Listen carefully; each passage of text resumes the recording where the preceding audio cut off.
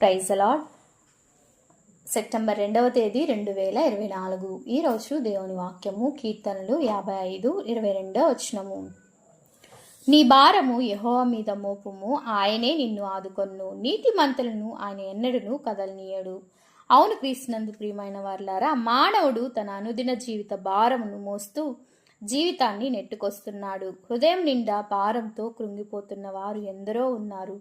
ప్రతి ఒక్కరికి ఏదో ఒక భారము.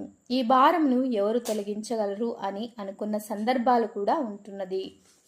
నీ మార్గము యెహోవాకు అప్పగింపుము, నీవు ఆయన నమ్ముకొనుము, ఆయన నీ కార్యమును నెరవేర్చును. దావీదు ఇలా సెలవిస్తున్నాడు, యెహోవాయే నిన్ను కాపాడువాడు, నీ కుడి పక్కన యెహోవా నీకు నీడగా ఉండును. క్రీస్తు మన పక్షమునుండగా మనకు విరోధం ఎవరు? నీ పట్ల నెరవేర్చవలసిన ప్రతి కార్యమును ఆయన నెరవేర్చును.